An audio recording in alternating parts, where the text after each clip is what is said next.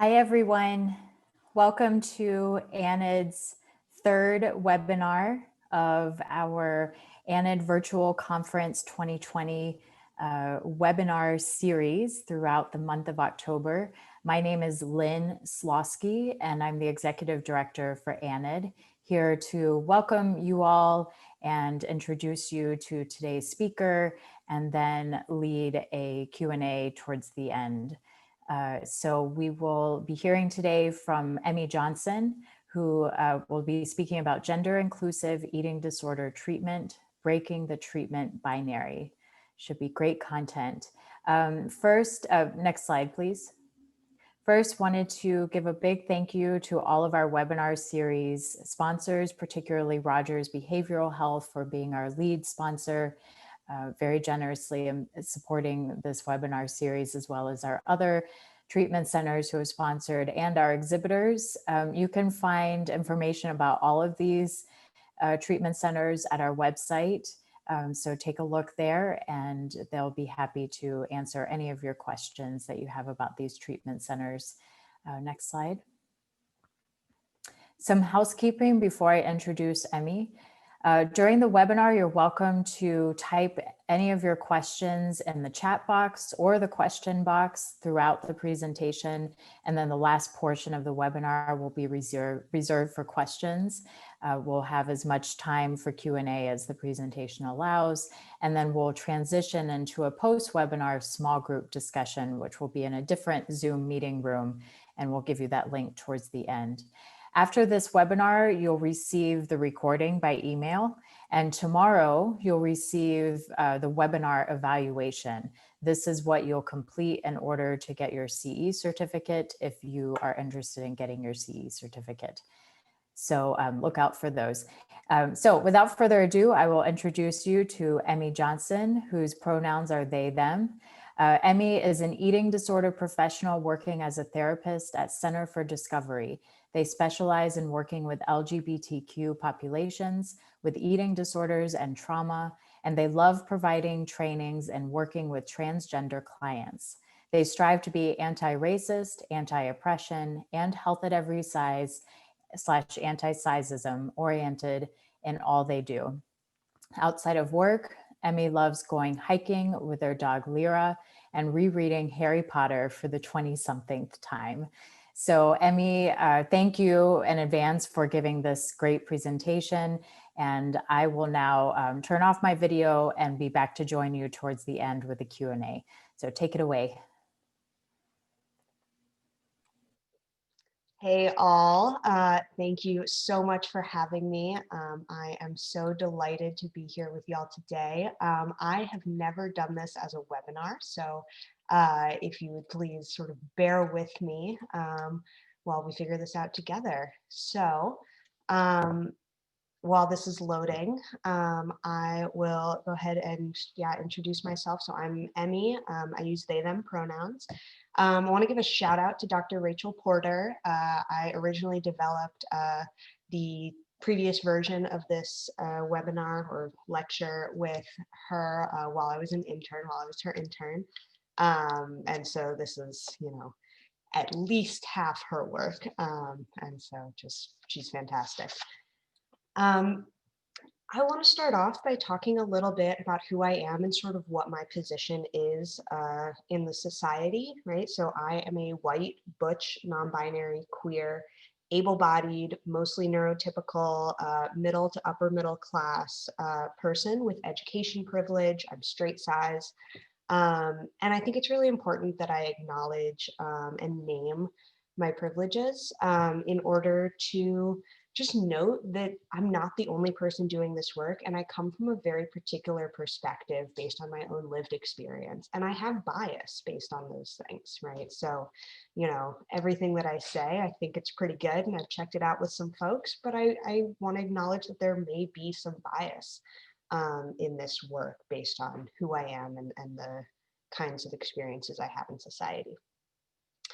I also, while this is a virtual event, I do want to acknowledge that I am presenting from Anacostan land, which was stolen from the original inhabitants through violence and disease. I want to acknowledge the ways that my ancestors perpetuated that violence and the way that I perpetuate that violence against modern day Piscataway and other indigenous folks through my presence on this land, as well as my behavior. And I want to commit, and I want to invite us all to commit to learning and acting to minimize violence and maximize the well-being of indigenous folks. Here we have the objectives. These are the ones y'all saw on the website. You know, we're going to chat some about recognizing eating disorder presentations, defining how to provide inclusive care, and exploring body dysmorphia and gender dysphoria. But my actual objective is to give you all confidence and reduce fear in treating trans folks. You are all great clinicians and you are able to treat trans folks, right? You know how to be empathetic, you know how to ask questions, you know how to adapt your approach to the individual sitting in front of you, and you know how to research and get supervision when you need to, right? So I want you to breathe. I want you to take this all in. I want you to make any mental or physical notes that you need around the things that you need to learn more about. And I want you to really just let this all settle for you, right? We're all ongoing learners and there's no expectation that like this presentation is going to, you know, do everything for you, right? And similarly, I want to acknowledge the skills that you come in with. A little bit of the outline, right? So I have this presentation in 3 segments. We're going to do some sort of trans 101, followed by how to treat trans and gender nonconforming clients overall, and then focus on the gender inclusive eating disorder treatment. And then as Lynn said, we're going to do some questions at the end. Please do ask questions. Each segment, we're going to start with some theory, you know, what do I need to know? And then go to practice, what do I need to do? So starting us off, here are some questions for this sort of Trans 101 section. We're going to define transgender. We're going to talk a little bit about sex versus gender versus sexual orientation. We're going to talk about why pronouns are so important. We're going to talk a little bit about language and how we speak to our clients about language. And we're going to think about some of the systems of oppression that we need to be considering when we're engaging with trans folks. So to start off, what do I need to know? Here's some language that is worth knowing. So take a second, scan through it. Transgender, a person who does not consistently identify with their sex assigned at birth. That means that a baby's born, the doctor says, it's a girl, and that baby grows up and says, no, or I'm a boy, or sometimes, or yes, and, right? By contrast, cisgender is a person who does consistently identify with their sex assigned at birth, right? Baby's born, doctor says it's a girl, and the baby grows up and says, yes, I'm a girl, I'm a woman, I'm female. Right? Non-binary is we're not identifying with or adhering to the binary of male or female. Gender nonconforming, which is GNC, which is, I'm shortening my umbrella term to TGNC, which is the current sort of accepted umbrella term right now. And so gender nonconforming is not conforming with the gender role or expectations assigned. Right? Gender queer is a term worth knowing, a non-binary gender or collection of genders. And then I wanted to just toss in this definition of intersex or folks with differences in sex development. We won't be talking much about intersex folks, but I want to include them here to say that intersex folks may or may not be trans. Often these populations can get really confused in terms of people can think that trans and intersex mean the same thing. They don't, right? I do want to let you know that if you're working with intersex folks, including intersex folks who identify as trans, you are going to likely be seeing very high rates of medical trauma. So gender is complicated, right? People often during these presentations ask me, you know, well, what is gender? And frankly, it's really complicated and I don't have a really clear answer for you. But gender may refer to a combination of the sex assigned at birth, gender identity, and gender expression. So gender identity is the internal sense of your gender, and gender expression is how you present to the world. People sometimes mix up sort of gender identity and then sexual orientation. Sexual orientation is about who you're romantically or sexually interested in, whereas gender identity is internal experience of who you are, right? So a sort of colloquial way to talk about it is sexual orientation is who you go to bed with, whereas gender identity is who you go to bed as, right? So one is about attraction and relationships, and one is about internal experience of self. And they can, they influence each other. This gender unicorn is a tool that can be really helpful in exploring gender, as well as if your client is struggling to communicate their gender or sexual orientation to you. You can pull up this graphic from Trans Student Educational Resources and use it to help facilitate a conversation.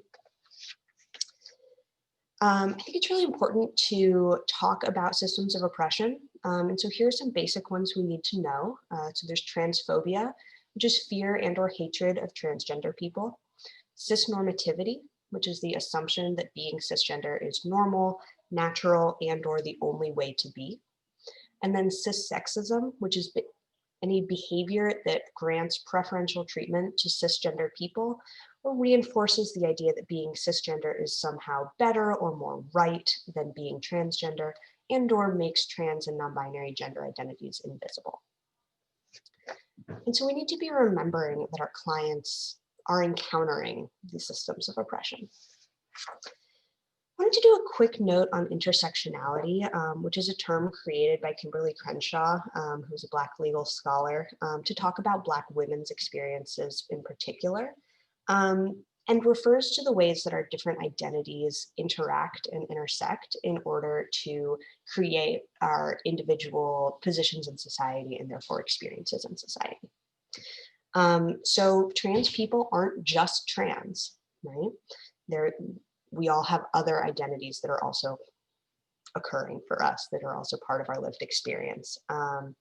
So I want to note that we have increased experiences of oppression against trans women, trans people of color, disabled trans folks, fat trans folks, et cetera. Right? I also want to put out there that the gender binary is racist, right? So in the history of human civilization, not many civilizations have had only two genders. Most have had more than two genders. And the two gender system is a white Western Christian framework in particular, and was used as a tool of colonialism, as a quite explicit tool of colonialism and colonization. And so when we are enforcing the gender binary, we're also enforcing colonization. And then I want to put out there that trans women of color are the most likely to experience hate crimes and murder. And as we get close to November and Trans Day of Remembrance and Resilience, TDOR, that is a thing that can be on our minds. And so I want you all to have all of this in the back of your mind, right? Remember that more experiences of oppression seems to increase the likelihood of developing an eating disorder, right? Despite the perception that eating disorders are a white girl problem, right? I've heard that before. I'm sure many of us have. And so we need to remember that the more experiences of oppression someone has, we may need to be looking for increased rates of eating disorders and decreased access to care for those eating disorders due to stigma and stereotypes about eating disorders, as well as other factors. I also want to do just a quick note on the DSM, which, as a therapist, I use all the time and can be really, really handy. And the DSM and the framework that we have with that has some ableism built into it, right? The DSM codes difference as disordered, right? And disorder is the word of the DSM, right? It's throughout. And so with this, often we have this framework of illnesses that need to be fixed or cured, right? And this able-disabled binary, right? If someone is diagnosable, there can be an implication that they're incompetent or crazy or they need to be fixed, right? Whereas if they're not diagnosable, there can be an implication of them not needing or not deserving help, right? And so I want us to be thinking about that and questioning that a little bit as we're thinking through what our trans clients are experiencing. So that's some theory. What do we actually need to do? If you get nothing else out of this presentation, take this. Using someone's name and pronouns, the ones that they ask you to use, is how we communicate respect to our clients, right? We need to be using names and pronouns. It's worth knowing just already how to use she, her pronouns, he, him pronouns, they, them pronouns, and sie, here pronouns. And your client might be using multiple sets or other sets they don't have listed here, or a combination, right? And we go with it, right? Whatever they say is an accurate representation of who they are and how they understand themselves in this moment. And as people who really want to affirm people's autonomy, we need to be affirming whatever they're communicating to us. A lot of people come to me and say, yes, I'm on board. And how do I do that? It's so hard, right? We need to practice. It's like anything else. There's a couple of websites here that can be helpful with practicing. These also will have some of the sets of pronouns to help you practice with the grammar, which can be tricky at times, or can feel tricky if we're not used to it. Also practice, chat with your treatment team, the other folks involved in that person's care, and make sure you're using these pronouns as much as you can when talking about them to practice. Practice when you're alone in your car on the drive to work, right? Just tell stories about this person. Oh, I'm seeing so-and-so today. They are struggling with this thing. They are, doing this or that, right? Practice it. Another tip that I think can be helpful is remember that this is a way that they are communicating who they are. And so sometimes it's tricky to really switch the pronouns without switching our conception of who this person is. And so I'll recommend that you think through and think about really conceptualizing this person as the gender that they are telling you that they are. Right? And that will probably help a little bit. In terms of language, I always like to start with a language paradox, right? And with language, I'm talking about labels that people might be using for themselves, identity labels, things like that. And the language paradox is that language is essential and language is meaningless. Right? And what do I mean by that? What I mean is that none of these words have one inherent, concrete definition. All of them are kind of broad and kind of wiggly, they have some different meanings at different times and to different people. And the language is essential, right? It is so important that we reflect to our clients the language that they are using for themselves in order to affirm them, right? And to understand them. And so I'm going to recommend that for any client, whether you know and sort of have previous familiarity with the language they're using or not, to really be asking, what does this word mean to you, right? And you might indicate your research and say, oh, I feel like I have a sense of what lesbian means, and I want to make sure I'm understanding your experience, right? I want to make sure that I'm understanding what you are trying to communicate to me, right? And so I want to know what this word means to you. You do want to be showing you've done the work, right? Because it's not their job to educate you. That said, it is their job to educate you on them, right? That's what happens in therapy, right? I also just want to note that language changes over time, right? The language that is accepted at one time may not be accepted anymore a few years later, or we may need to be a little bit more cautious with. Similarly, language differs between communities, and by communities, I mean between geographic communities, north versus south or east versus west or wherever, as well as racial groups, age cohorts, and on any other sort of structure of community that exists. And we want to be conscious of that and those language differences because, among other things, there are language that is a slur in some communities and totally accepted in others, right? I'm very comfortable using the word queer. It's a very common word, particularly I just moved up from North Carolina, super, super common, easy word to use. Lots of people identify that way. And went up to Philadelphia for a conference and was told, oh, we don't use queer here, right? That's a slur, that's not okay. And I was like, all right, noted. And so we just want to be aware of things like that and be prepared to be wrong, be prepared to be corrected, right? Overall, we really want to be supporting our clients' exploration and use the language that they use, right? Just mirror it back. Some words to just sort of keep an eye on as guidelines, right? We don't want to be using words like transsexual.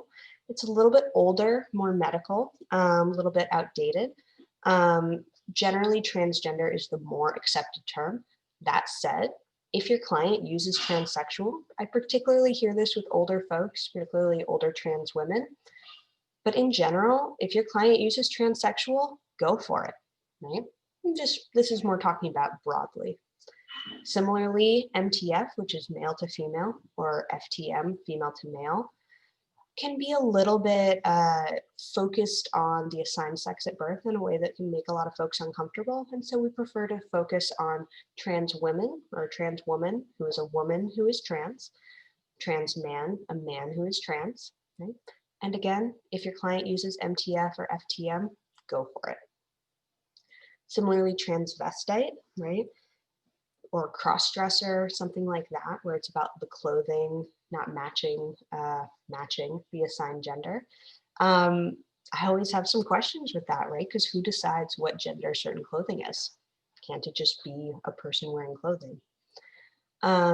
This next word here is a slur. I am going to go ahead and say it in case folks don't know what this word is. So the word is tranny. This is widely considered to be a slur and is not appropriate for us to use unless specifically asked by our client to use it for them, right? The other words I said, yes, go ahead and mimic the language, mirror the language back. This is one that you need to be asking explicitly or waiting for them to ask you explicitly to use, right? Biological sex can imply that trans folks are unnatural in some way or not biological.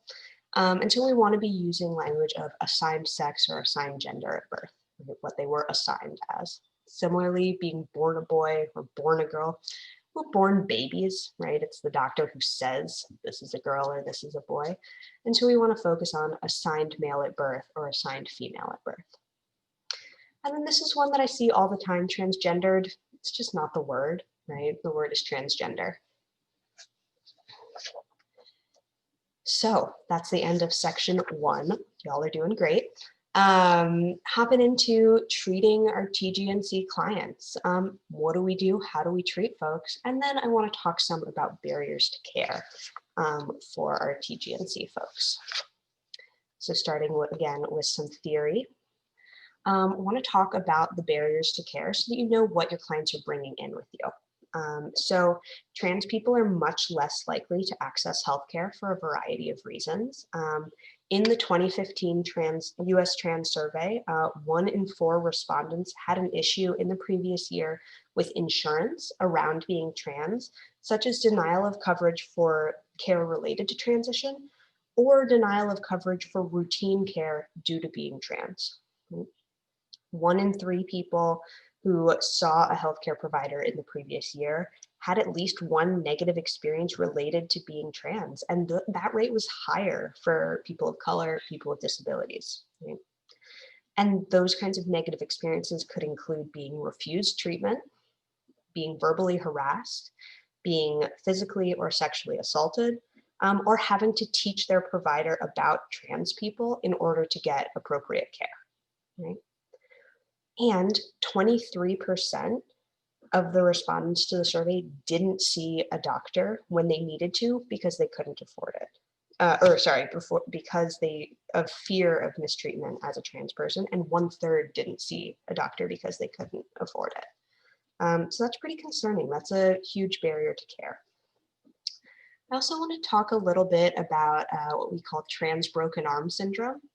The idea is that a trans person goes to the ER with a broken arm and says, doctor, you know, my arm's broken. And the doctor starts to ask them questions about their hormones, right? Or their genitals, or make some comment about, oh, well, your arm wouldn't be broken if you hadn't gone on, you know, hormone replacement therapy. No, they have a broken arm. They like tripped over something, right? And they need a cast.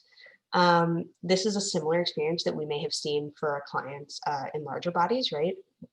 Fat broken arm syndrome, where a fat person goes to the ER and there is, you know, a doctor who says, well, how about you lose weight? It's like, no, I need a cast. Losing weight isn't going to fix my broken arm and is harmful. I just need a cast for my broken arm.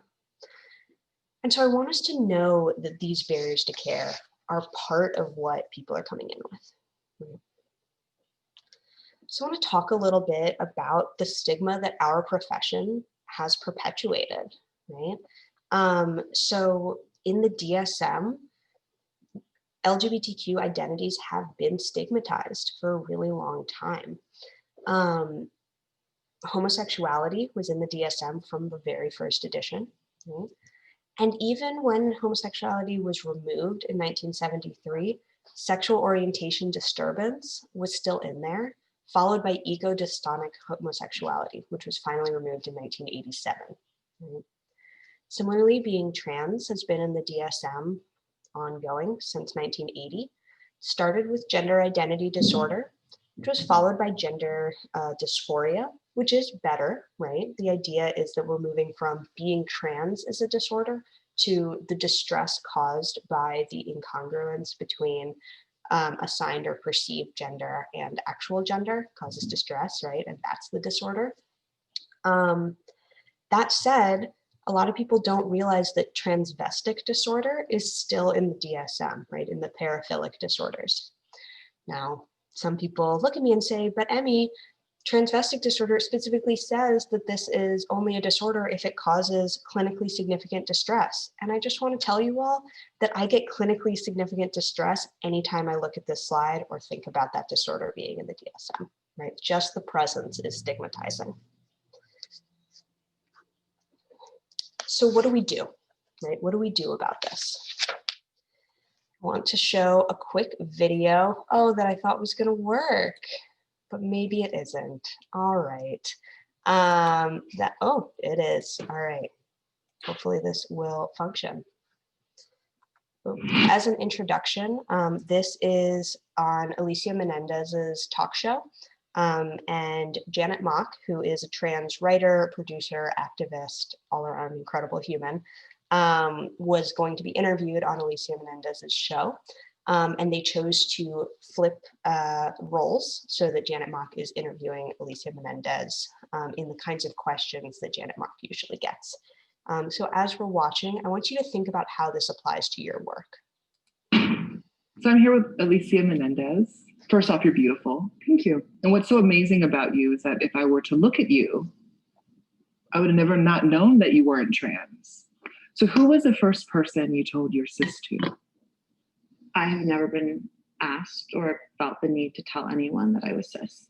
Do you have a vagina? When was the moment that you felt your breast budding? Did you use tampons? I thought we were talking about my show. Well, I think we need to get through this. These are just the preliminary questions. When you were going through puberty, did you feel trapped by the changes your body was going through? Did you feel like a girl? I don't even know what that would feel like because I was told that I was. Do you feel that your idea of self, your cisness, holds you back in any way? Just the one thing. What do they need to know about cis people? I think you're incredibly brave to be a cisgender woman in this world. Thank you so much for joining me. Thank you. That was that was awful. Like we wrote a lot of these questions and I didn't realize how awful, like even when we were role playing them without you, I didn't realize how awful and invasive some of them would feel and how I feel now like a token. Well, right. I think that's kind of the experience I go through every single time I'm in an interview, And even the good ones, you know, I still feel as if I'm carrying the burden of people that they're expecting me to communicate all of these things, but then also to give off all this private information about my body and my journey and my life. And, you know, I am very open in my book, so I understand why I'm in that space. But at the same time, I think some of the questions aren't necessary, right? Like the questions about your body. Why do we need to know that?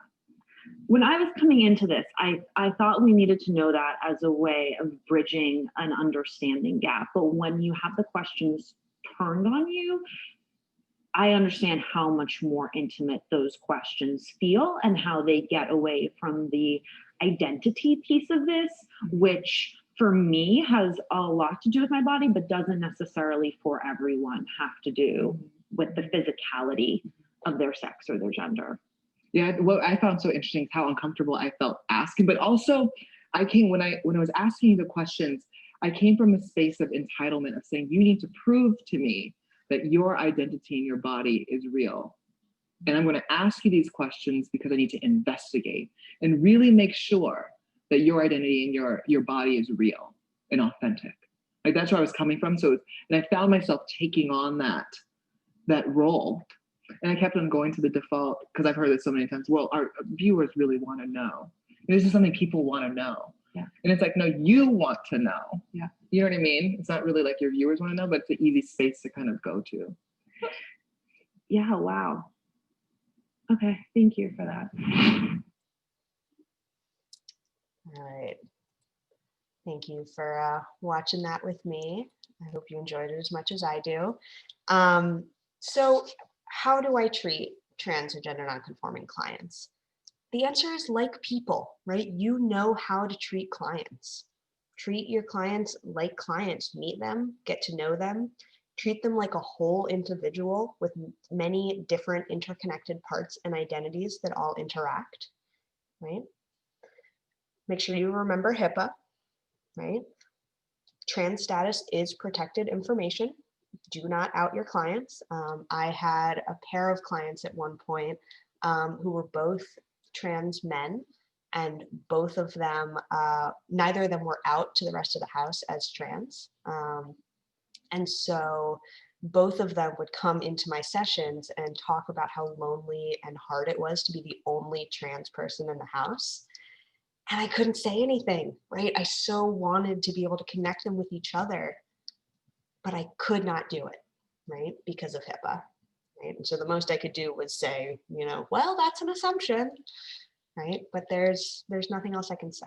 And so similarly, we need to make sure that we are not talking about clients when it's not needed, right? Sometimes it can be tempting if we're curious or excited about a client that we have to go to a colleague and talk about that client outside of like supervision spaces. But we want to make sure that we're only talking about our clients when it's relevant to their care, right? Either in supervision, in treatment team, things like that, or when we're getting help from a colleague. We also need to check with the person, with our client, about whether their family is aware of their trans status, because we need to not out our clients to their family. It is a violation of HIPAA, and also it can be dangerous. So we need to make sure to ask who knows about the client, what information they know, and what the client is comfortable with you sharing with those folks. Similarly with pronouns, right? We need to ask our clients what pronouns we should be using where and when, right? They may want to use a different pronoun in your office with a different name in your office rather than when you call them from the waiting room, right? Or if you call their house, right, for confirmation of an appointment or whatever the reason is, right? We need to make sure that we are making sure they're safe and protecting their identity and information. And then the reason that I show this video, we want to make sure that we're asking questions relevant to care, right? One thing that we can do is ask ourselves whether the question we have is necessary for care versus if we're just being curious, right? You might ask yourself, would I ask a cisgender client this question?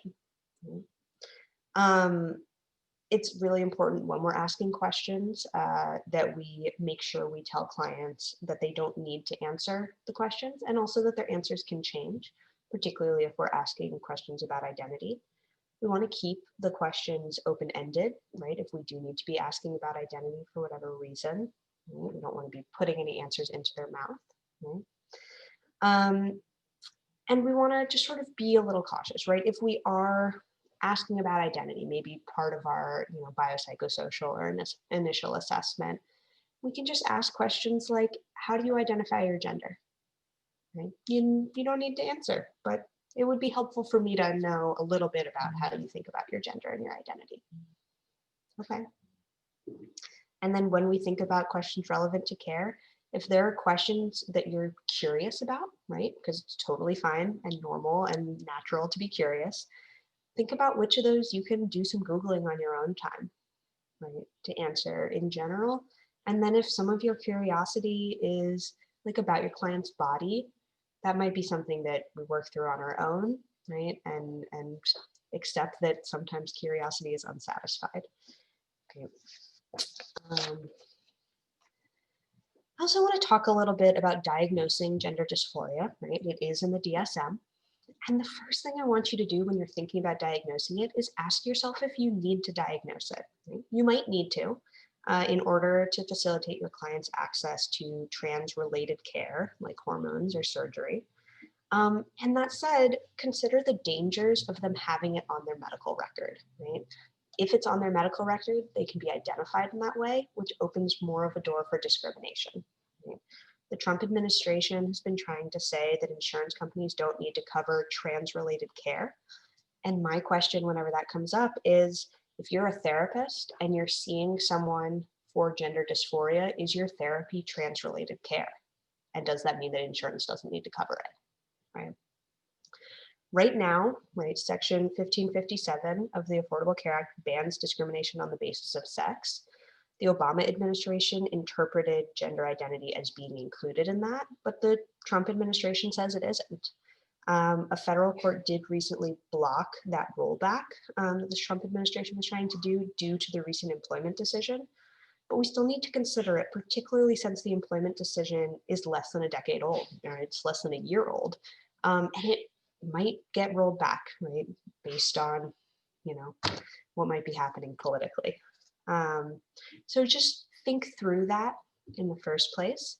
And then if you decide that it is potentially worth diagnosing, we want to be having this whole conversation with our clients, right? And getting their informed consent for this to be on their record. And then step 3, once you decide that it's worth putting gender dysphoria on their record, they agree with you, they want it to be on there, then we believe them, right? If they say they're trans, they're trans. You can certainly review the criteria if it makes you feel better. I'm certainly not advocating for fraud or diagnosing something that someone doesn't meet the criteria for. But the criteria is basically asking if someone is experiencing incongruence between their assigned gender and their identified gender, which comes down to if they say they're trans, right? And you might think about similar issues to what I was talking about dangers of diagnosing gender dysphoria with like changing the gender marker on someone's chart. And that also can get into some sticky insurance situations. So just think about that, work with your EHR and your organization to figure that one out. So in conclusion, right, of this section, the client is bringing all of those barriers to care into your office. They might be more wary of you, right? They may lie to you to get their needs met, particularly if they're coming to you for a letter for hormones or surgery due to some outdated WPATH, World Professional Association of Transgender Health, standards of care, right? They may have heard through community or learned from their personal experience that if they tell you certain things about their mental health, that you won't help them access care. And so they may lie to you. And that doesn't mean that they're manipulative or, pathological liars or whatever, right? It might be about getting their needs met. Along the lines of being more wary, right? What do we do about that? We validate the uncertainty and discomfort of their experience, right? We validate their experience. And we understand that it is not a personal, it's not personal and it's not a reflection on you or whether you're a good person or a good clinician, right? they are doing a risk assessment when they come into your office to find out if they're going to be hurt in this space. And so they are going to be paying careful attention to any cues that mean that they need to get out, that they need to not trust you, right? And so be aware of that, validate it, and do your best to really be safe. And then do the repairs when you mess up, right? We all mess up. Even if someone hasn't had these experiences themselves, they've heard about it in community. And so they may be bringing in these experiences anyway. And then we want to remember to avoid trans broken arm syndrome, right? Clients may or may not want to talk about their gender, right? They might be coming to therapy for all sorts of reasons, right? And their gender may or may not be part of that. So, final section, y'all are doing great. Gender inclusive eating disorder treatment. So we're going to talk some about how treatment is similar and different, how we set up our physical space to be welcoming, how we treat our TGNC folks when we're in gender specific treatment centers, particularly sort of residential levels of care. And then how we tell what is body dysmorphia from the eating disorder, what is gender dysphoria, and then how do we navigate transition options with our clients. So again, starting with our theory, which is our research base. And I want to say there isn't much research, right? It is a bummer. Any of y'all out there who are thinking about getting your PhD or involved in research anyway, please, please, please, more research. Thank you. What we do have in this study, which was a review of a big National College survey, 15% of the trans college students had been diagnosed with an eating disorder in the past year, in comparison to 1 to 4% of the cisgender participants. And the 1 to 4% is based on gender and sexual orientation. There was that breakdown, which suggests that trans folks have 4 to 15 times higher of an eating disorder rate than our cisgender peers. So pretty prevalent. This is the most horrifying statistic I've ever seen. In this study of college students, 75% of the trans college students had attempted suicide in the last year, which is a lot, right? 3/4 of the trans college students in the study had attempted suicide in the last year. So, other things to note, in a survey of trans folks with eating disorders, 1/3 said they use their eating disorder to modify their body without hormones. And more than half said their eating disorder was unrelated to their physical body. Right? So that's just an interesting thing for us to keep in mind, and we'll talk more about it.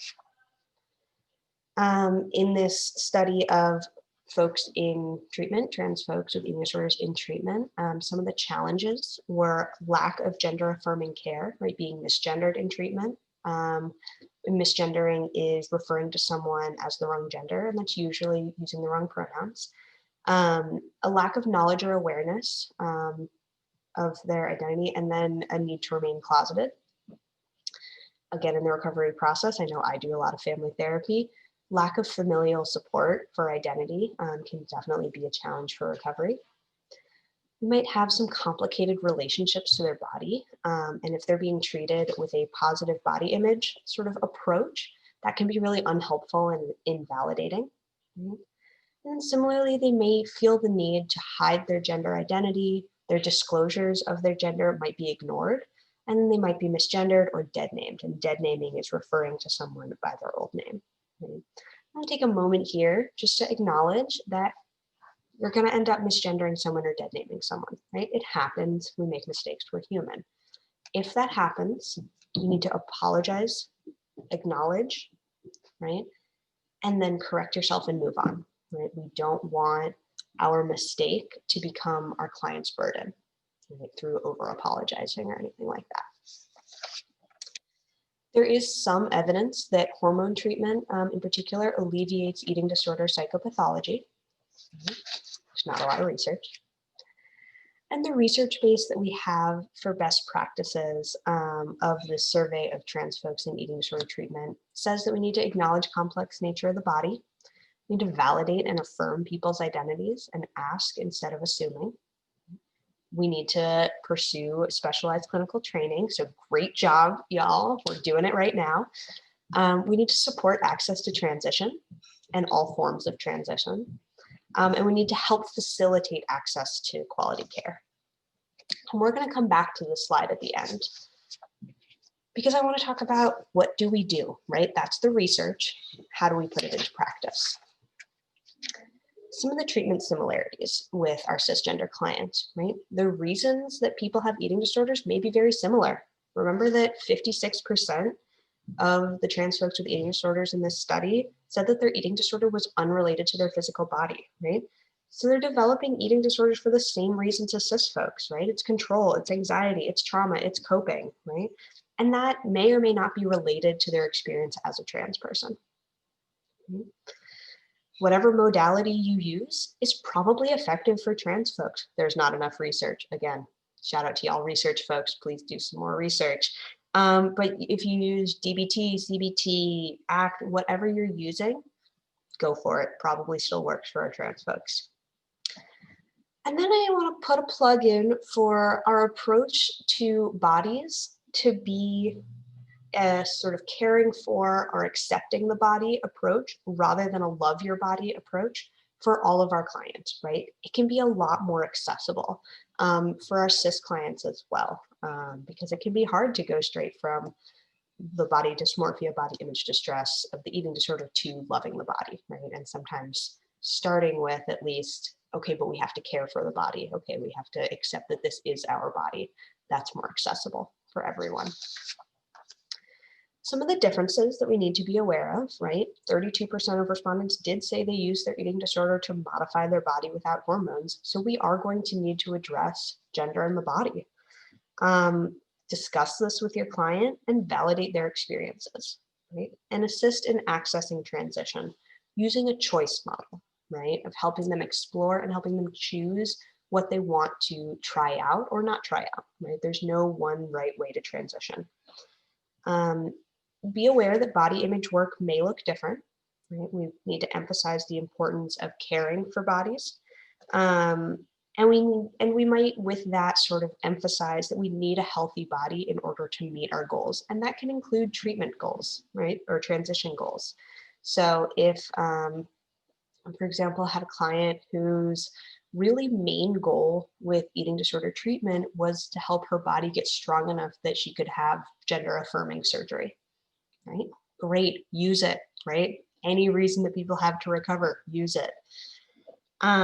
We want to keep in mind safety concerns, right? These high rates of suicidality and self-harm. And I want to put in a note that chronic suicidality paired with a lack of representation of trans adults who are doing well may lead to our trans young adults and teenagers and children to be unable to imagine the future, right? It's going to be valuable to help them find representation of trans adults who are doing well, so that to help them imagine what their future could look like. And I recommend that you connect to local resources around that. And then we need to be aware of the increased rates of trauma that trans folks have.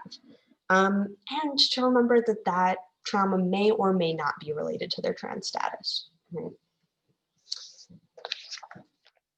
So as we're thinking about body image distortions versus gender dysphoria, I want to start by just sort of defining gender dysphoria, right? So this first definition here is my sort of overall definition. The gender dysphoria is the distress caused by the incongruence between assigned or perceived gender and actual gender. And dysphoria can be physical, right? Which is often what we think of about like related to the physical body. It can also be social, right? If people are reading you or looking at you and assuming that you are a different gender than you are, right?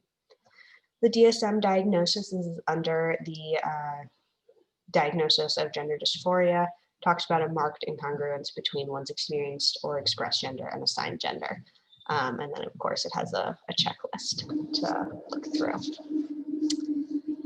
So when we're looking at this, we need to remember that these are not the same things, right? It can be difficult because dysmorphia and dysphoria look like the same word, right? But they're not, they're quite different.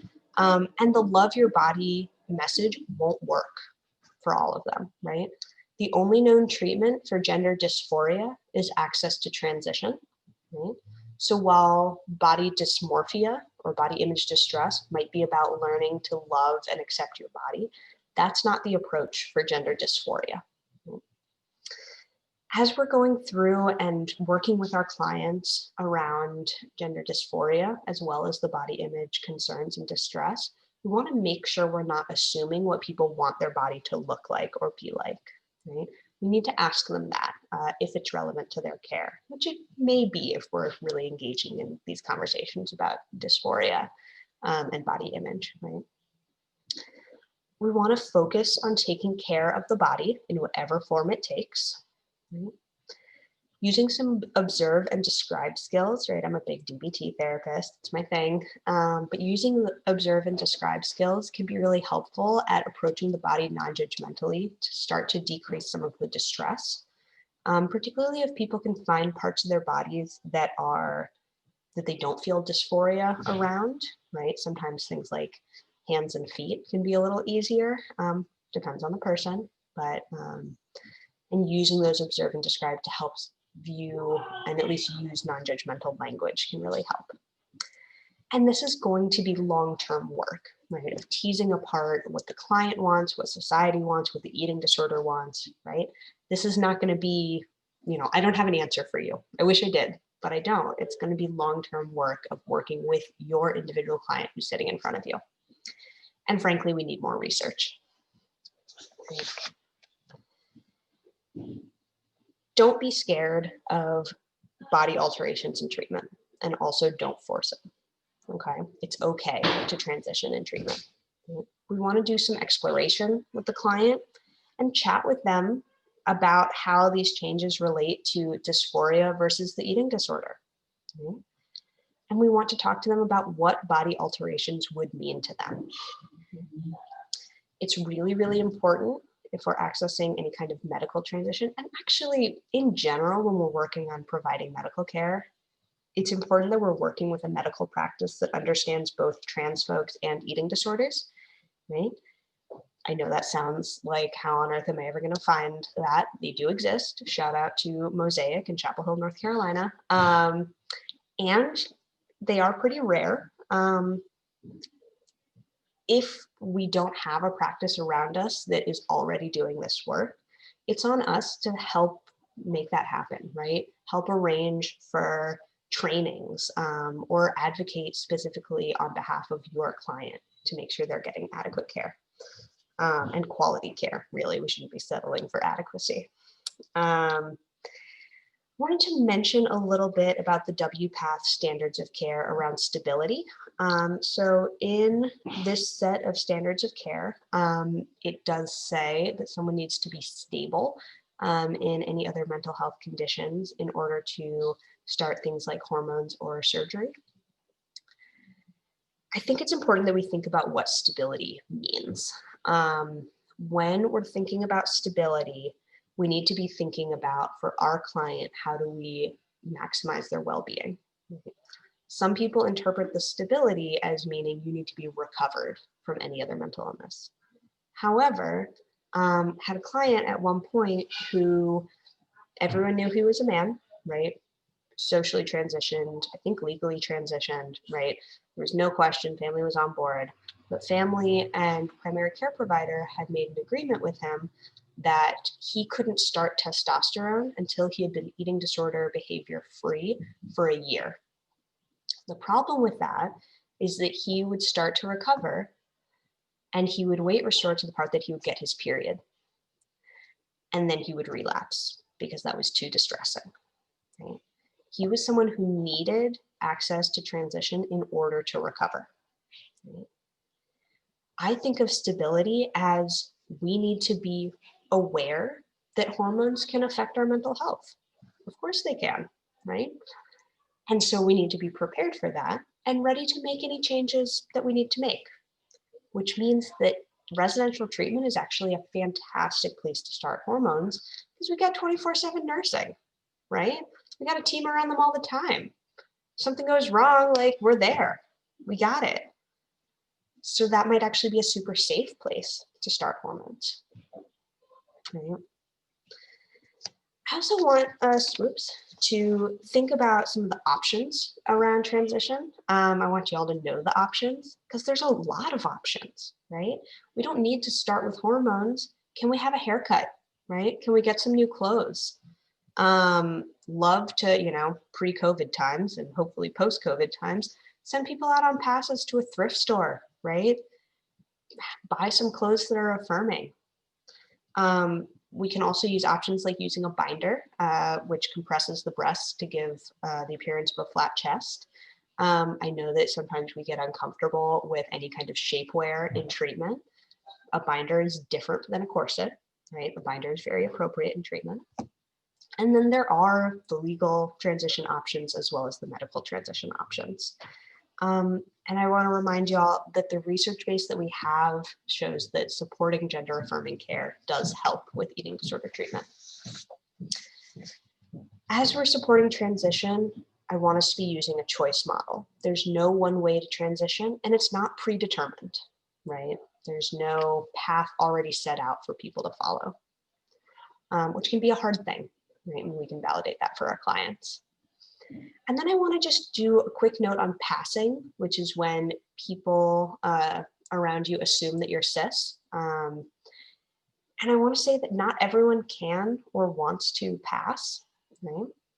Passing can increase safety. It can be affirming and validating of identity. It also can be invalidating of identity if, say, you're non-binary and people are assuming that you are a man or a woman, right?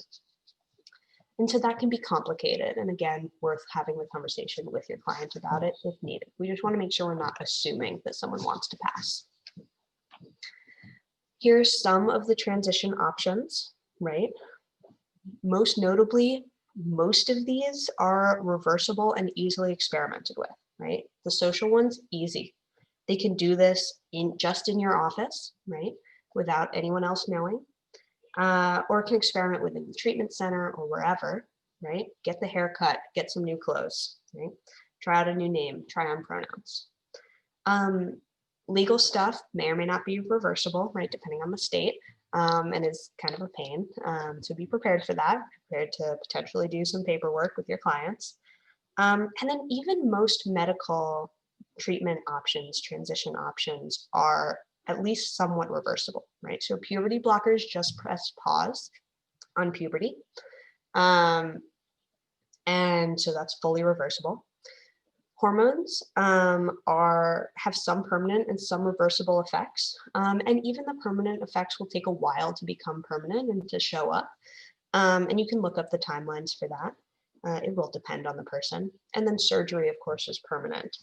I want to note that not everyone is able to access things like hormones and surgery based on cost, right? It can be prohibitive, particularly without insurance coverage.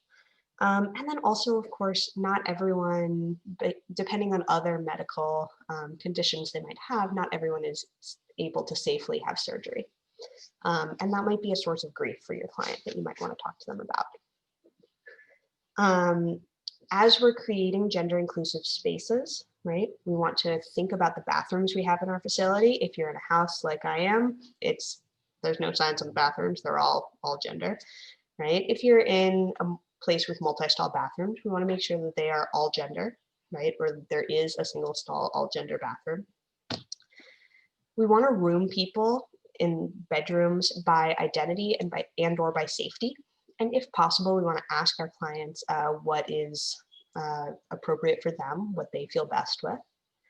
We want to make sure that our facility art reflects a wide variety of people and is indicative of safety. Right? I have trans flag up here, symbol, and some books that you might consider having in terms of therapeutic materials. Make sure your therapeutic materials don't say he/she. You want to say they, to include our non-binary folks. And make sure that it's inclusive. We're not saying, yay, women can recover if we're not only treating women. We're not only treating women, just pro tip. Similarly with the website design.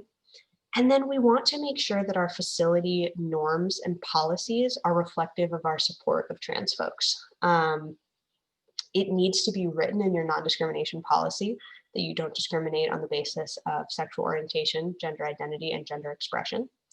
It's also really important that we have a norm of trainings and a norm of supporting trans folks. Right? If we are in a situation, which sometimes we're nervous about having, where like a cis client is uncomfortable with a trans person being in the facility, we need to be, all of our staff need to be on the same page about, okay, we will support that cis person in accessing quality care elsewhere, right? We don't limit our trans folks' treatment because a cis person is having some discomfort around a trans person being there. If, when I said that, some uncomfortable feelings came up for you, I want you to spend some time thinking about and working through those feelings, because that's letting you know something, right? I want to also put out a note about the flag. I don't want you to put up a trans flag until you've taken the other steps, right? Because the flag is a symbol that trans people are safe there. And so you need to do the work to make sure that there is at least some safety, right, before the flag and the indicator goes up, right? So don't put the flag up until you have active and ongoing practice of assessment, discussion, education, and accountability, right? The accountability piece in particular, you understand that you will make mistakes. You know how to work through your defensiveness around it on your own time, not on your client's time. And then you're able to address it effectively, right? This is the same accountability process we need to have for any situation. Right? Similarly, I'm going to encourage you to remove anything problematic from your spaces first before trying to add in supportive pieces. But that's just a loose guideline. If you are in a setting that is gender specific, particularly this is going to be like all women's spaces, we need to be extra sort of intentional about how we welcome trans folks to that space. We want to acknowledge that that's the situation and welcome folks, right? So when I say trans folks in this setting, it can include trans women who need to always be accepted in our women's spaces because they're women, right? It can also include trans men, non-binary folks, right? And we might say something like, I want to check in with you about being trans in this all women's space. I wonder how you're feeling about that. Right? And saying statements like, you and every part of you is welcome here. Right? We want to validate and affirm their identity. Similarly with the facility norms and policies that I mentioned, right? Making sure that we know what we're going to do to support our trans folks. We need to advocate for correct pronoun use. Right? In particular, we need to make sure that all staff are using the correct pronouns. And then we probably want to be communicating with the client about when and how to correct other clients on pronoun use. Right? And sometimes that can be as easy as, hey, let's all make sure that we're using the correct pronouns for everyone. Right? We want to ask our client about what bedrooms they feel safe and affirmed in, if there is an option. If there's not an option, then we just go with it, right? And have open conversations with them about it. And then we need to be doing an ongoing educating of ourselves and our staff. Wanted to bring this slide back around to emphasize these points, right? These are the action steps. We acknowledge the complex nature of the body. We validate and affirm people's identities, and we don't assume, we ask instead.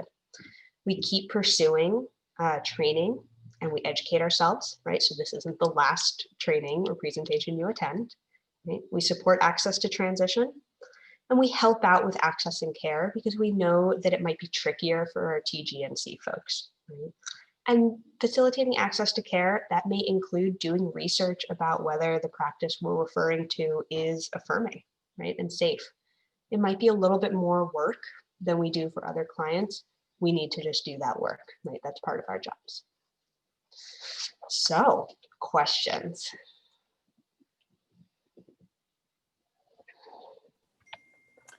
Hi, everyone. Yeah, thank you, Emmy. Wow, I took so many notes during this presentation about things we should be keeping in mind, and honestly, just wanted to give a brief shout out for ANAD real quickly.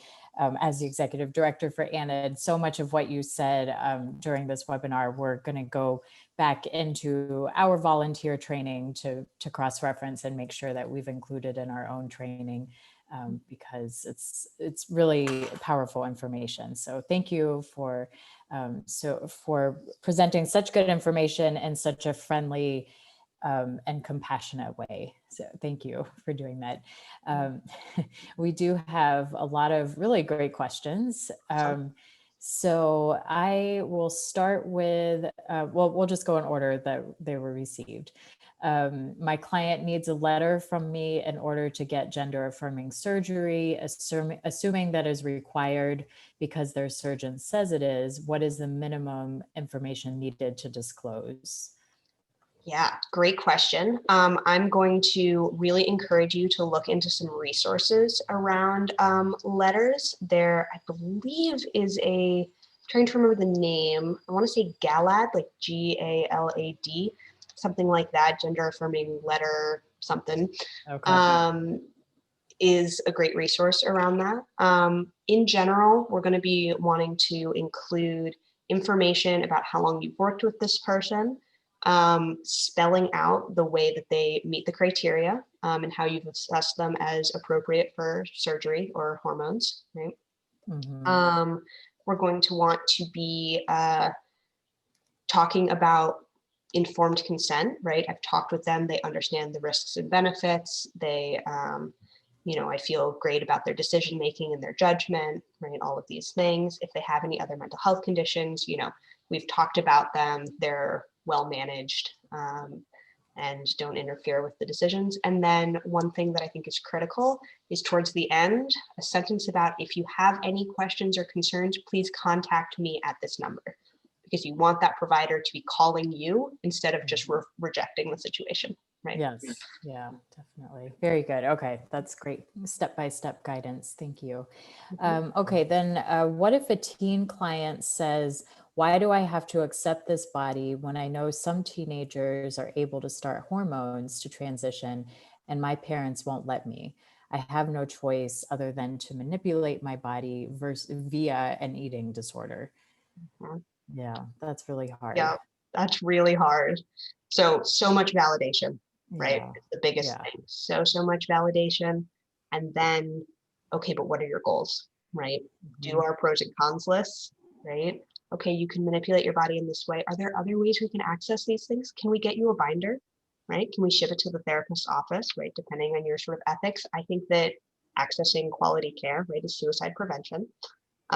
So can they dress in particular ways in your office? Can we find support and safety where we can, right? And then can we focus on, okay, but you're not going to be a teenager forever, right? Like maybe it's on your 18th birthday, we start hormones, right? Let's make sure your body is strong enough for that.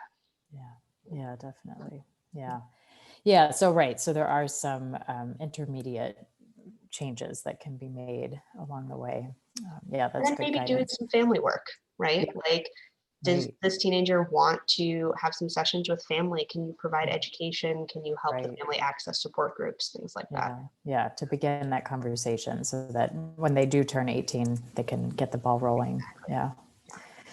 Okay, any recommendations for graphic intrusive mental images, as in the difference between graphic imaginations of self-harm versus graphic imaginations of gender affirmative surgery?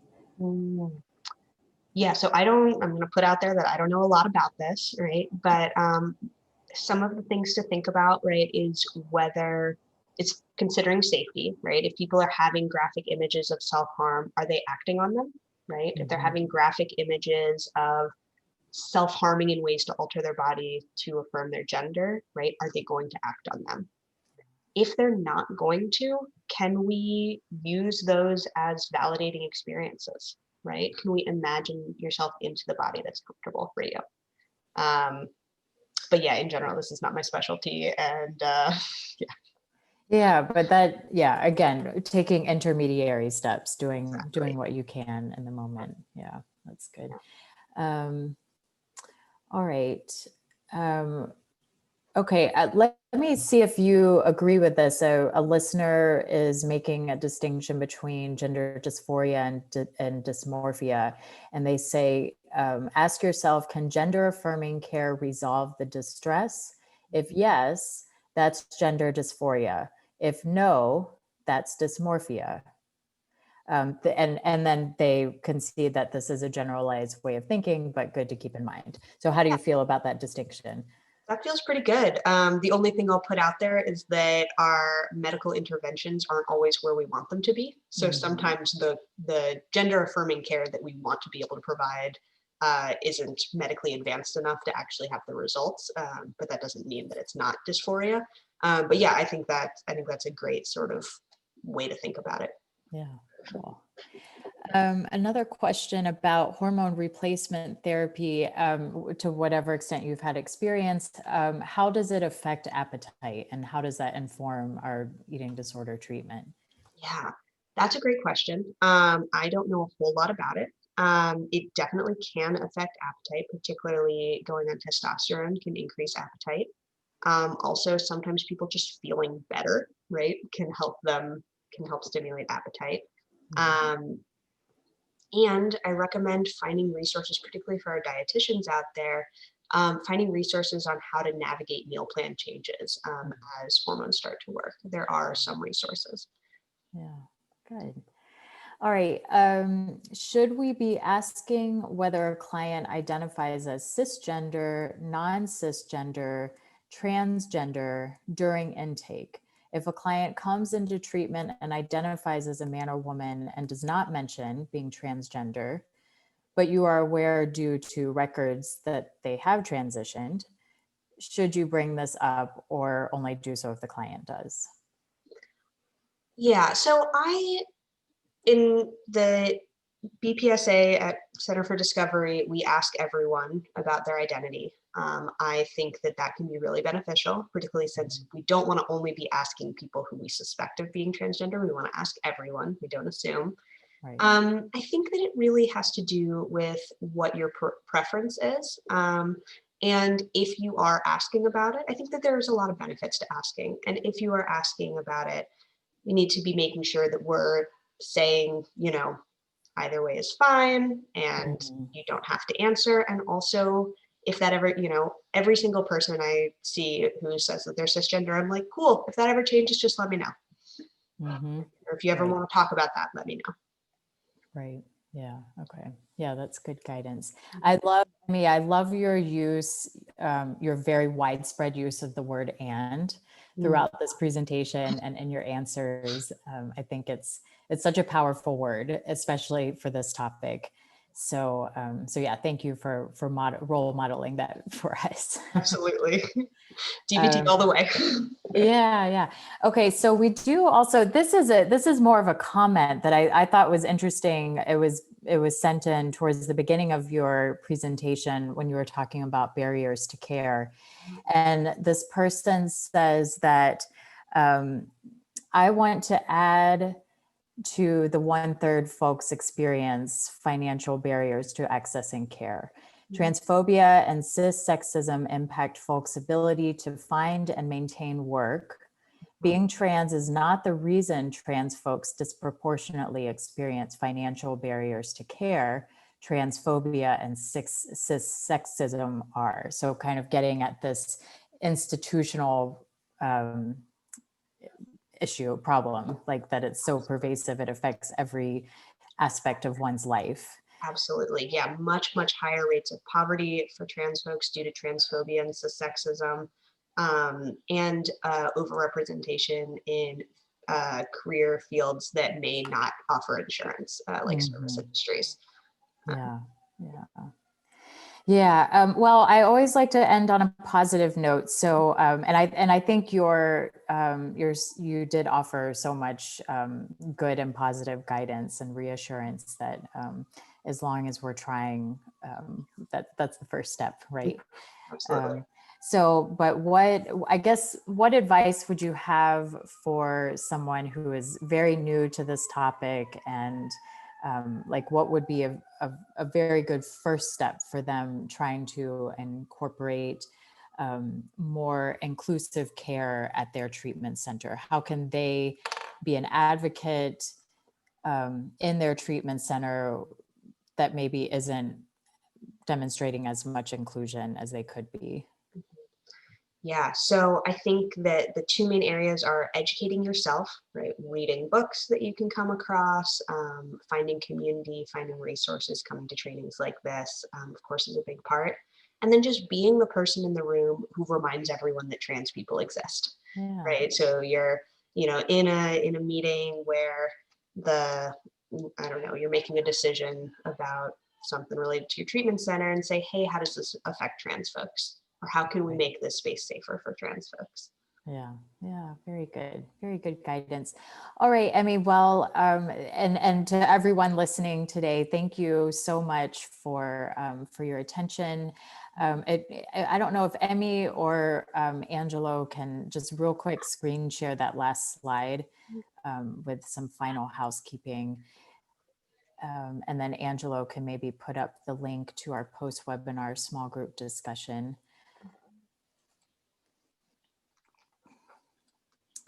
But in the meantime, while that's getting going, I just wanted to thank you all for attending. We've great engagement today, really good questions and really good comments and contributions in the chat box. So thank you for doing that. And here we go. Okay, thank you, Emmy. All right, so what we're gonna do now is transition into our post-webinar small group discussion. Okay, so Angelo has just posted the link to that in the chat box. You can click over to that. Later today, you'll receive the webinar recording from Angelo. Tomorrow, you'll receive the evaluation form from Oakton University, and you'll need to complete the evaluation within 48 hours if you want to get the CE certificate. And then within 2 weeks, you'll get the CE certificate. And yes, in answer to the question about recording, we did record. We will send out the recording this afternoon once it's available. And so I think that's all the housekeeping. Again, click on the link in the chat box if you'd like to join our small group post-webinar discussion. And I will just close out by again thanking Emmy so much for this really powerfully informative webinar delivered in a very compassionate manner. So thank you for being with us today. Thank you so much for having me. Truly my pleasure. Good, very good. All right, well, hopefully we'll see a bunch of you in the post-webinar discussion. And don't forget, next Wednesday is our very last webinar. And it's on the topic of LGBTQ people and people of color and the role of shame in the treatment of people in these populations. So that should be a really interesting way to round out our webinar series. So hope you can all join us for that. Until then, we'll look forward to that next Wednesday at 1 p.m. Central. But in the meantime, have a great rest of the week. And thank you all again for being here. Bye-bye.